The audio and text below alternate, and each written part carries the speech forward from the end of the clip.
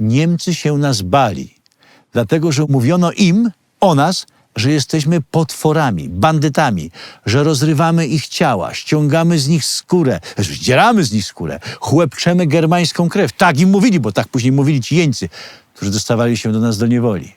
Więc panicznie się nas bali i to ich czasami gubiło.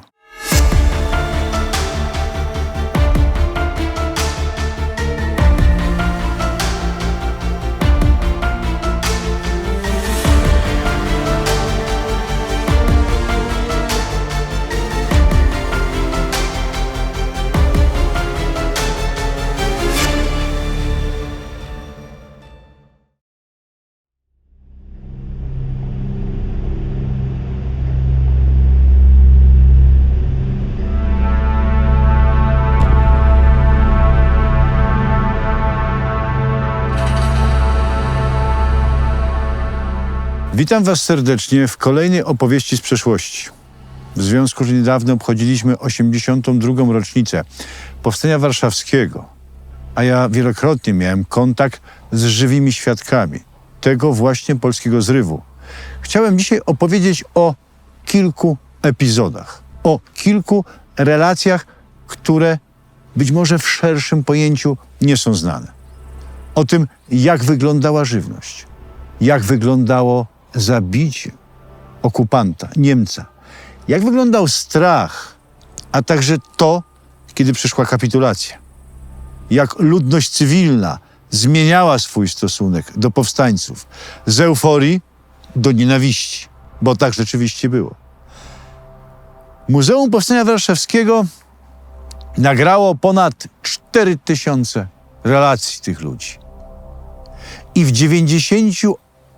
ponad 90 przypadkach, kiedy jest zadawane pytanie byłemu powstańcowi warszawskiemu, kobiecie, mężczyźnie, już kobiety też walczyły, czy dziś, gdyby cofnął czas, zrobiłby to samo? Pada odpowiedź tak. To pytanie brzmi,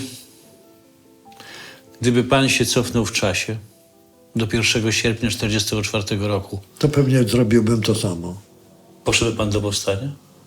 Myśmy walczyli za wolność. I nie ma jakiejkolwiek dyskusji. Dziś z ciepłego mieszkania i wygodnego fotela, aby tą postawę oceniać. Dlatego fragmenty opowieści tych ludzi, którym zawsze należy przywracać imiona, nazwiska i wracać do ich świadectw.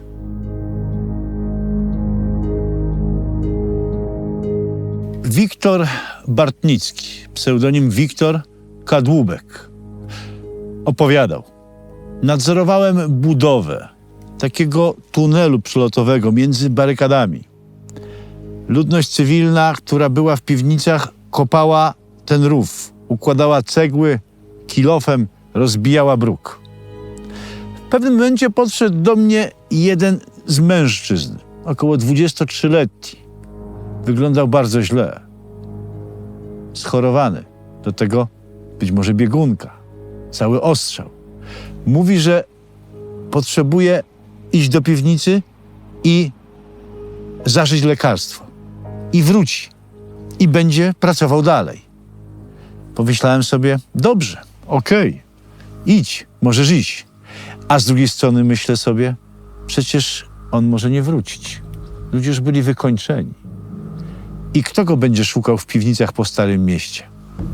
Ale ten człowiek po 20 minutach wrócił i zameldował się. Ja moją panterkę, którą zabrałem Niemcom, miałem mnóstwo czekolady, takich batonów z napisem Wehrmacht Schokoladę. To z magazynów niemieckich. I każdemu cywilnemu mieszkańcowi Warszawy, który pomagał w budowie barykady, bądź kopiąc te chodniki przelotne, tunele, okopy, dawałem tą czekoladę. To była zapłata, jedyna, jaką mogłem dać. Pan Wiktor nawet wspominał, że to były takie dzisiejsze Snickersy albo Marsy. I zauważyłem jedną rzecz. Nikt z tych ludzi nie zjadł. tylko mówił, biorę dla matki, biorę dla mojego syna, biorę dla córki, biorę dla mojej schorowanej żony. Wszyscy wzięli i podziękowali. Po wojnie pytano mnie, ty Wiktor, powiedz, jak smakowała ta czekolada Wehrmachtu? Nie wiem. Jak nie wiesz? Przecież miałeś, nie zjadłeś? No miałem i rozdałem tym, którzy pomagali nam w walce. I nie wziąłeś kawałek? No nie, wszystko rozdałem. I tacy wtedy właśnie byli ludzie. I pan Wiktor wspomina, że jako ranny dostał się do taki przydział pilnowania magazynów z połem. Jako taka kompania wartownicza, aby nie rozkradziono.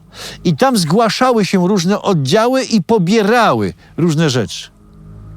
Można było zabrać sobie stamtąd makaron, jakieś puszki z mięsem, z jakimiś innymi dodatkami. Ale myśmy nic nie wzięli, bo myśmy mieli pilnować, aby nie rozkradziono. Oddziały przychodziły, mówiły, dawały im asygnatę, rozdawaliśmy. Nawet był magazyn z damską bielizną i odzieżą. To też wydawaliśmy. I wieczorem, kiedy byliśmy już tak potwornie głodni, kiedy już żołądek przyrastał do kręgosłupa, przyszła nasza łączniczka, mówi, mam kolację. Wow, wszyscy się ucieszyli.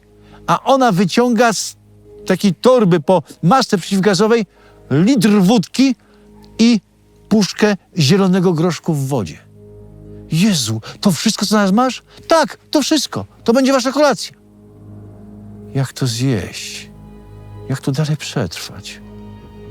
Wypiłem pół szklanki wódki. Była paskudna, żrąca, odpychająca. I zjadłem 2 łyżeczki tego groszku. I to była cała kolacja. Byliśmy harcerzami, nie piliśmy alkoholu i nie paliśmy papierosów. I dopiero później dostałem się na linię. Dopiero później zacząłem walczyć. Mieliśmy za zadanie być pewnym wsparciem dla innej grupy powstańców, którzy byli w chińskiej ambasadzie. O, ta chińska ambasada to była trudna sprawa. Raz, że tam były pożary i cegły były gorące. Nawet jak się tam uklękło gdziekolwiek, to ten popiół po prostu parzył w kolana. Przychodzimy tam do nich, a dowódca mówi, jesteście wsparciem? My mówimy, że tak. No to jak chcecie, to sobie brońcie tutaj tej ambasady. Ja tu byłem 3 dni, nie miałem żadnej pomocy, zwijam swoją ekipę i idę dalej. Tak wyglądało. Powstanie nie było jedną wielką bryłą. Ludzie mieli wobec siebie różnego rodzaju chaosy i nieznaski. Ja się zwijam. I okazało się nagle, że my jako wsparcie zostaliśmy głównym plutonem do obrony tego miejsca. Jeden z żołnierzy tego dowódcy, który powiedział, że się zwija, mówi, tam jest trup Niemca i ma karabin, ja sobie go wezmę. To ten dowódca powiedział, nic nie zabieraj, zostaw, czyli dla nas. Siedzimy. Jeden z naszych żołnierzy ma 2 karabiny Mausery. Strzela na przemian. Niemcy do nas podchodzili, ale Niemcy się nas bali. Zaraz powiem dlaczego. Strzela i jeden karabin chyba mu się zaciął. Powiedział, zastąp mnie, pilnuj. Powiedziałem, o dobrze. Miałem wisa. Ktoś przytargał jakąś taką belę papieru. Można było się za tą belą położyć z tym wisem, ale ja nie. Ja czuwam, patrzę. Niedaleko był taki wypalony jakby chodnik piwnicy, z którego można było przejść tutaj do nas. Spojrzałem spokojnie. Niemcy się nas bali, dlatego że mówiono im o nas, że jesteśmy potworami, bandytami, że rozrywamy ich ciała, ściągamy z nich skórę, zdzieramy z nich skórę, chłepczemy germańską krew. Tak im mówili, bo tak później mówili ci jeńcy, którzy dostawali się do nas do niewoli. Więc panicznie się nas bali i to ich czasami gubiło. Czekam na tego, który ma przyjść, bo go zamieniłem. Słyszę takie chrobotanie. Schylam się, a tym korytarzykiem na górze nagle pojawia się 2 Niemców. Idą na mnie, a ja z wisem. Jeden z nich podoficer, bo trzyma szmajsera, a drugi zwykłym karabinem. I ten we mnie celuje. Tyle razy nam mówiono, nie celować. Jak zobaczysz, od razu prój salwę do jakiegokolwiek munduru. On celuje. Chyba strach go sparaliżował. Strzela, ale pociski nie trafiają. Pierwszy, drugi poleciał, trzeci koło mnie. I ja na niego spojrzałem i jego sparaliżowało. Przestał strzelać, a drugi nawet nie złożył się do strzału z karabinem. Pomyślałem sobie, o bratku, to jedyna okazja kropnąć Giermańców. Buch, buch! Leżą. Jeden padł i drugi padł. Patrzę, drugi się podnosi. Ten z karabinem i zaczyna brać cegły i robić sobie stanowisko, żeby być poza ostrzałem. Powiedziałam mu, o bratku, ty nie wyjdziesz stąd żywa, psia i ucho parszywa. No i dobiłem. Później powiedział do mnie mój kolega, Wacuś, ty nie byłeś w porządku. Strzelałeś i zabiłeś rannego. Jakie u nas było myślenie? Jaka szlachetność? Powiedziałem, nie. Ja dobiłem tego, który chciał brać jeszcze udział w walce. Nie widziałeś? On się zasłaniał cegłami. On by dalej się bił. On by nas strzelał. Ja zabiłem czynnego żołnierza. Boże, jaką my mieliśmy szlachetność. Jakby Niemców interesowało to, czy strzelają i zabijają rannych powstańców. Tacy to właśnie byli ludzie. Dlatego warto i należy o nich ciągle opowiadać.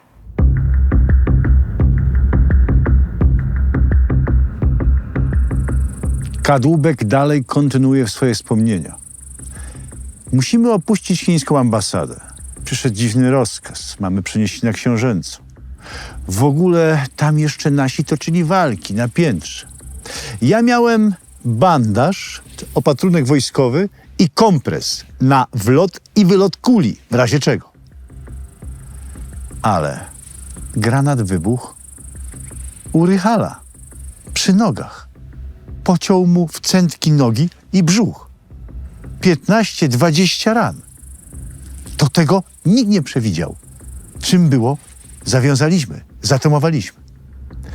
Potem Wolny krzyczy, że jak się wycofujemy, że ktoś jeszcze jest ranny. To mówię, wyciągać go z dołu na tej Książęcej.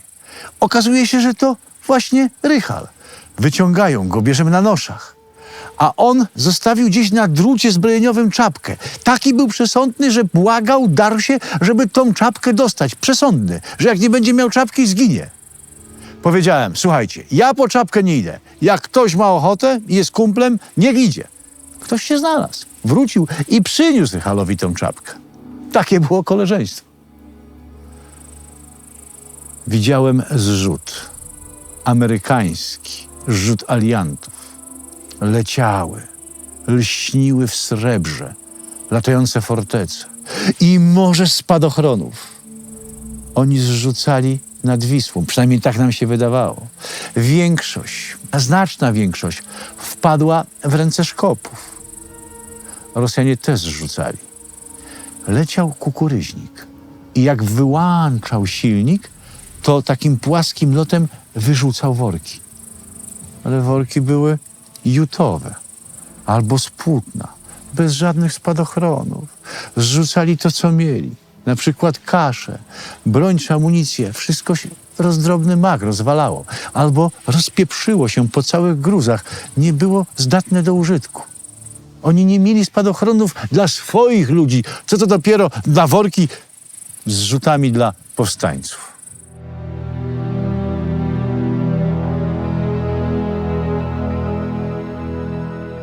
Jerzy Sienkiewicz, pseudonim Rudy. Pierwsze chwile to był wielki entuzjazm.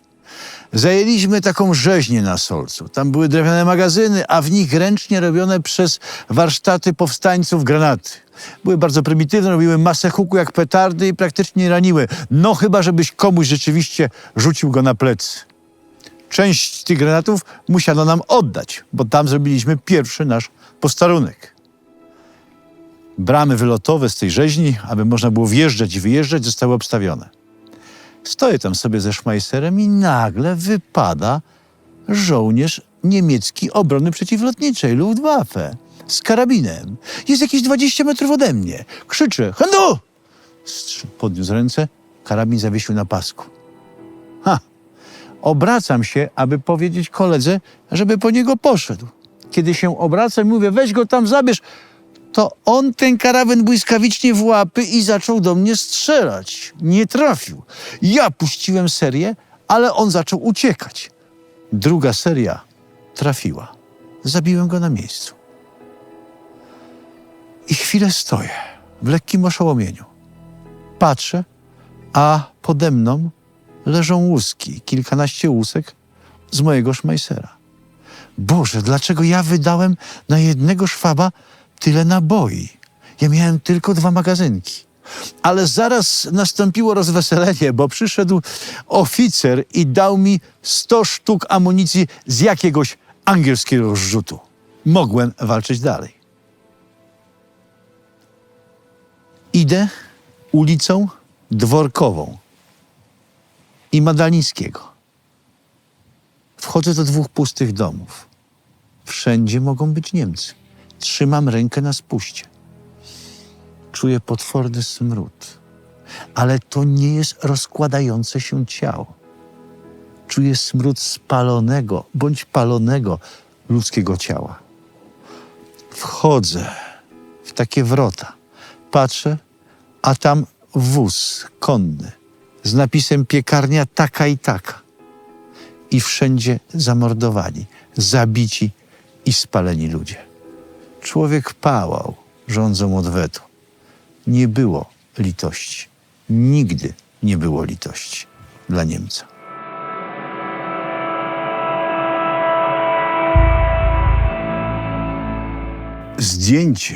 Zdjęcie pana Witolda Kierzuna jest ikoną Powstania Warszawskiego. Uśmiechnięta twarz i właśnie zdobyta na Niemcach broń. Ale pan Witold Kierzun zachował mocne wspomnienia.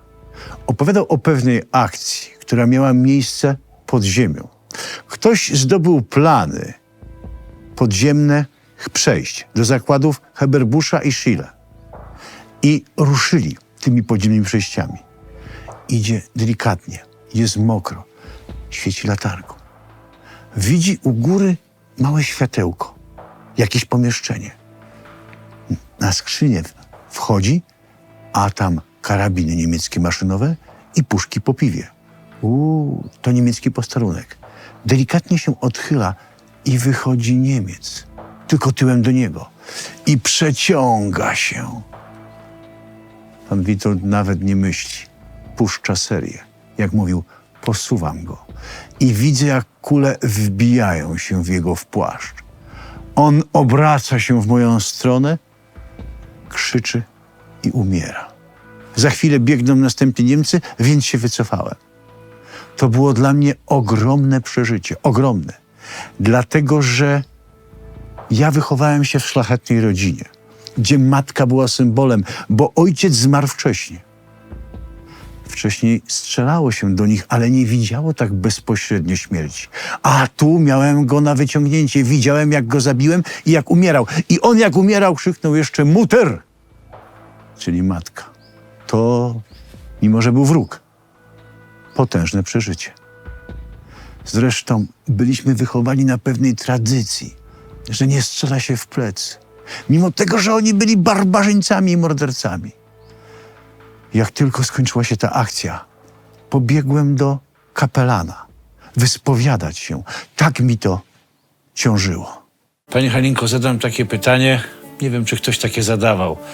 Gdyby dzisiaj z tą wiedzą, którą pani ma, cofnęła się w czasie, wzięłaby pani udział w powstaniu raz jeszcze? Oczywiście. Naturalnie.